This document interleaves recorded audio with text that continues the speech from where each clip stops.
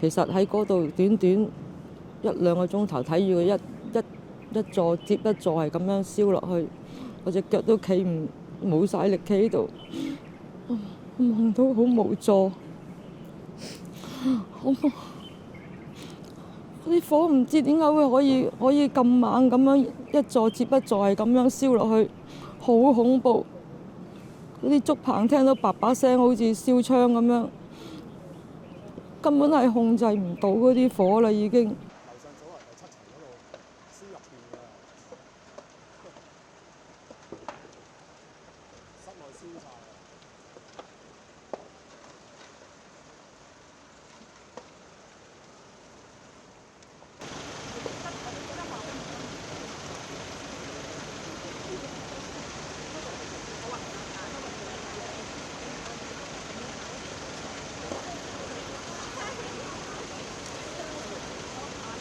我而家一眯埋眼就已經諗起嗰日嗰個情況，我瞓唔到，我係瞓唔到。我諗起我屋企，我乜嘢都攞唔到出嚟，我就係咁樣行出嚟啫，乜嘢都冇晒啦。我幾十年嗰啲心血已經冇晒啦。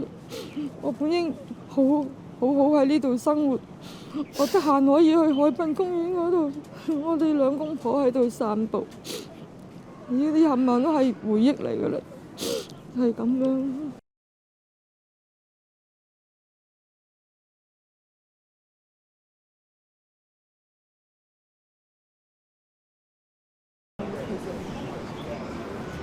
其實佢一層一層，即係佢個拎佢一層，即係咁樣有張床，有個獨立廁所，係咯。有冷氣機咁，即係都。但係我哋都知道，都係好多人幫緊手嘅，即係我哋求助我哋啲困難嘅，而家呢個幫到我哋暫時嘅居所係可以解決到啦。但係希望以後政府睇下點樣可以安置我哋呢班居民，點樣可以令到佢哋呢班居民嗰個生活，即係以後落去係點樣有個清晰啲，俾一個答案我哋。我哋條路以後係點樣行？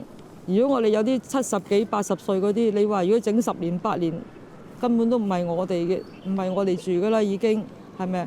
希望佢盡快俾到一個答案我哋，等我哋安心啲咯。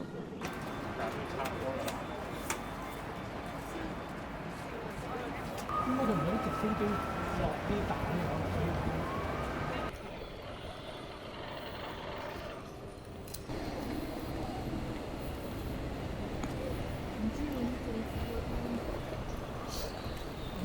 大家落嚟而家去講人希望知道係咪真係有一啲所謂嘅幕後黑手，係咪有即係一啲貪污啊、不當嘅事情發生咯？即係大家都知道，其實呢個唔係純粹一個意外，好多嘢都係人為。仲有呢，就係呢啲大維修，我哋根本香港一路都知道有圍標，有呢啲係不法分子喺度從中賺好多錢。咁應該政府要留意呢一個咁嘅問題，以後唔好再有咁嘅事發生，令到啲人真係我哋冇得投訴嘅嗰啲，係啦，就係希望我哋呢一單嘢可以幫到以下嗰啲維修大廈嗰啲人咯。